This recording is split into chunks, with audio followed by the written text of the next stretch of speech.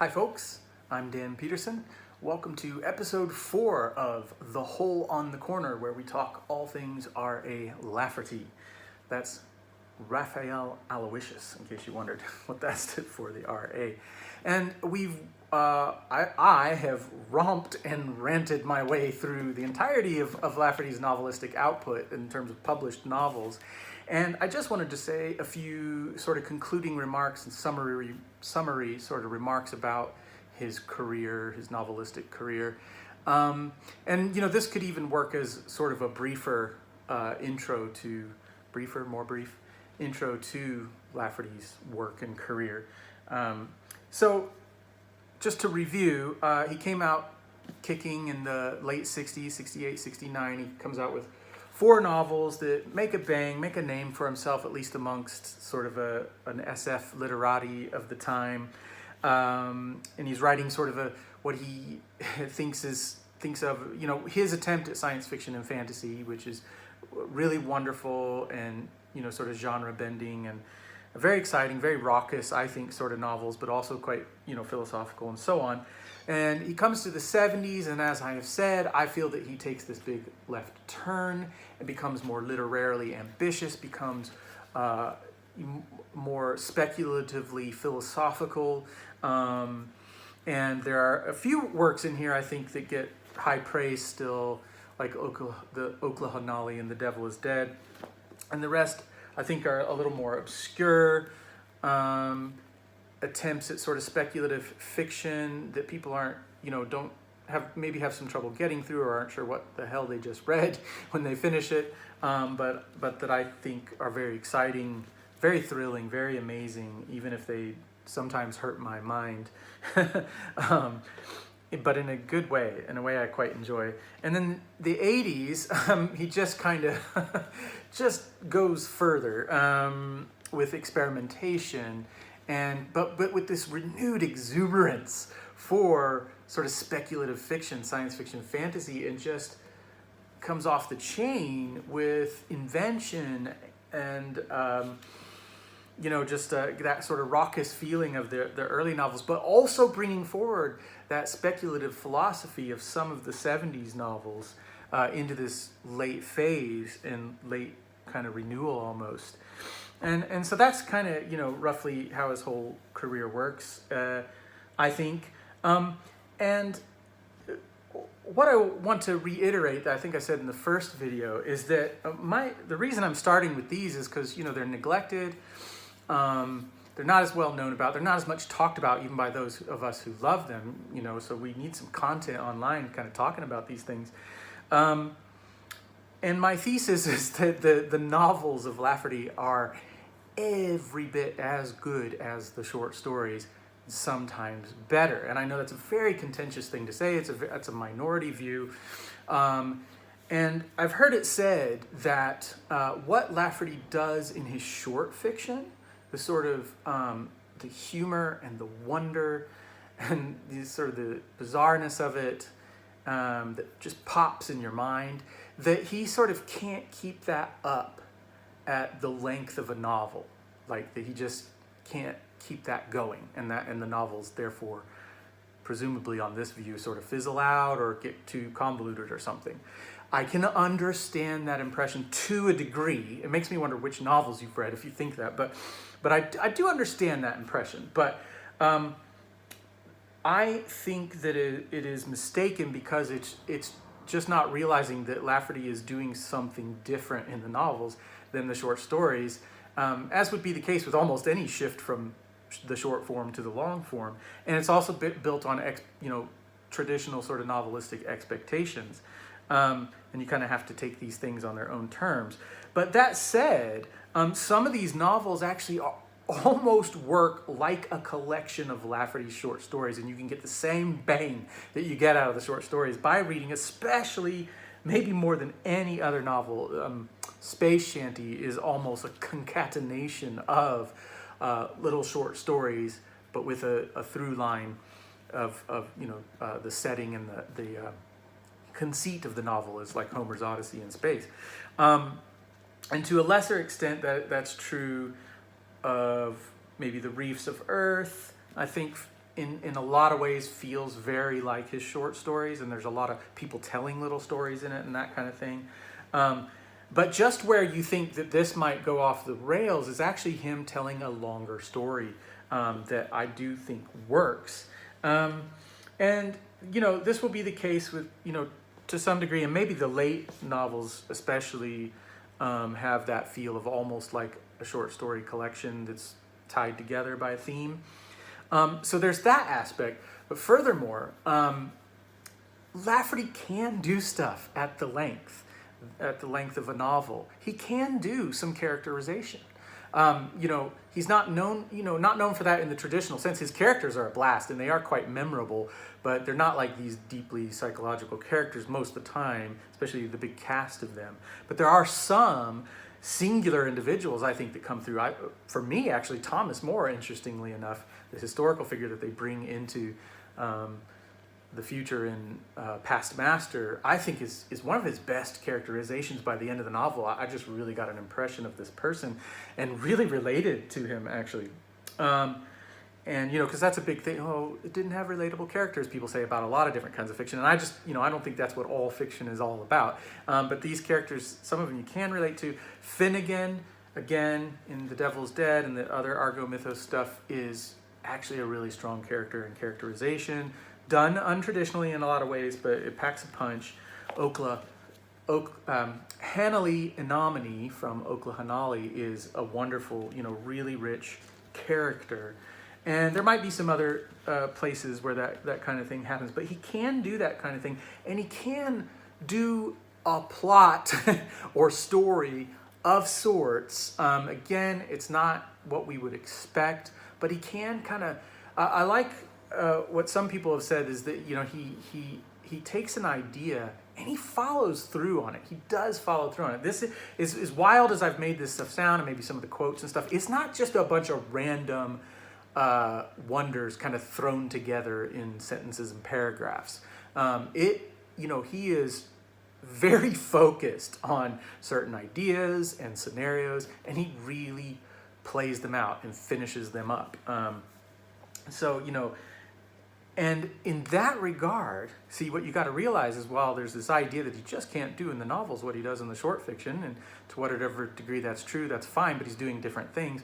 But also, Lafferty cannot do in his short fiction some of the things he achieves in his long fiction, in his novels.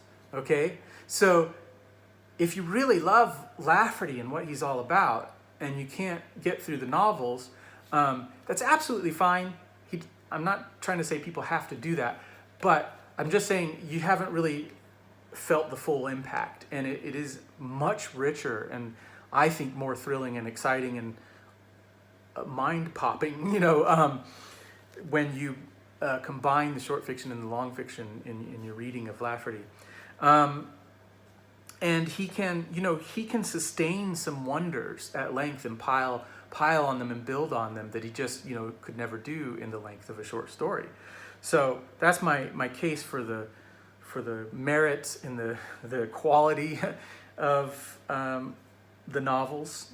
The only other thing I wanted to say was that I noticed maybe this sort of architectonics to the whole career as I kind of just brushed back through these and tried to remember what they were about and looked in some of them and stuff. And I felt that, you know, there's almost, this doesn't entirely track and work exactly right, but there's this sense in which you could say that his late 60s novels are his Armageddon novels. His 70s novels are his apocalypses novels, emphasis on plural. And his 80s novels are his post-apocalypses, or his post-apocalyptic novels. Now, what I mean by that is that, you know, these novels tend to end on these early ones, on this sort of point of the conflict has happened, the end of the world is like right there on the horizon, but we don't know what's coming. And is a new world going to be birthed? What is happening? You know, and then the 70s novels, both historically and potential futures and things, shows this is the apocalypse. These are the apocalypses. These are the way it happened. People have lived through apocalypses historically, which interestingly enough connects to some current contemporary Native American studies and ideas on Native Americans having already lived through at least, usually several post-apocalypses and are living in post-apocalypse, and that's, an already lived reality for them, which I find super interesting. And this is coming from like Native scholars and stuff. So in the 70s, he's saying like this is the big changeover, the new thing. But that's not the end. Apocalypse, seems to, kind of in our minds means the end, but there's always something after the apocalypse. And really kind of any thinker, but especially for Lafferty. And for Lafferty, post-apocalypse means new worlds, all right? The reconstruction of the world, or the constructing of new worlds, reconstructing the world by constructing new worlds. And he spells that out very explicitly in an essay in this little sort of zine collection of essays. My copy's quite battered here. It's a speech he gave at Deep South Con in the late 70s, I think, called The Day After the World Ended. Now, I get most of this stuff from Andrew Ferguson. His academic work on this is really great. His master's thesis, Lafferty and His World, which may still be online, kind of gets into this. And he has this great sort of journal article called R.A. Lafferty's Escape from Flatland, How to Build a World in 3 Easy Steps, I think is the title. It's quite technical, but he really gets into it, and it's very convincing, and he draws on that essay. But that Lafferty, from the earliest time, was kind of, in his short stories and his novels, he structured his stories. They are structurally so that readers have to participate in sort of co-creating the worlds of the stories with the narrator, with the author. And there's various ways in which Lafferty kind of explicitly does that, and a lot of things end on this sort of unfinished note, calling the reader to finish it. And he kind of, does that in most of his fiction right throughout. And I think he is innovating upon science fiction, but to some degree almost accidentally to me in the early stage. He just seems to be writing from another universe, and is innovative in that way. But then I think in the 80s is where he becomes really self-consciously innovative and says, look, I've kind of shown you the Armageddons and apocalypses and the open endings and called you to co-create. I'm going to make good on this. I'm going to do it. I'm going to make new worlds. I'm going to create a whole new form of science fiction and fantasy. And, it's, the world doesn't know much about this stuff, so it hasn't affected, I think, the science fiction and fantasy fields. And so I don't know to what degree other people have also stumbled upon, like, the whole thing's been scrapped, we're going to redo it. And that's the thing he says in his essay, is that the world has ended. It's over. And he's kind of like, what are you guys doing? His whole thing is, there's no rules. There's no rules anymore. We can do whatever we want. We can make up the rules. And that's what he's doing here. He's like, I'm making up new rules for how science fiction and fantasy works. So there's a certain sense, whether that really fits sequentially how the novels come out and everything. I do think that's a theme in Lafferty, of these apocalypses and post-apocalypses and remaking of the world together, co-creating the world in a more than human way, as I've pointed out in previous videos, how all the fauna and flora and abiota of our planet, he keeps putting us in this company and kinship of non-humans and things, but which also includes supernatural entities like angels, demons, fairy tale creatures, and so on, and technological beings like computers and robots, and that's the host that we are a part of, that undercuts anthropocentrism.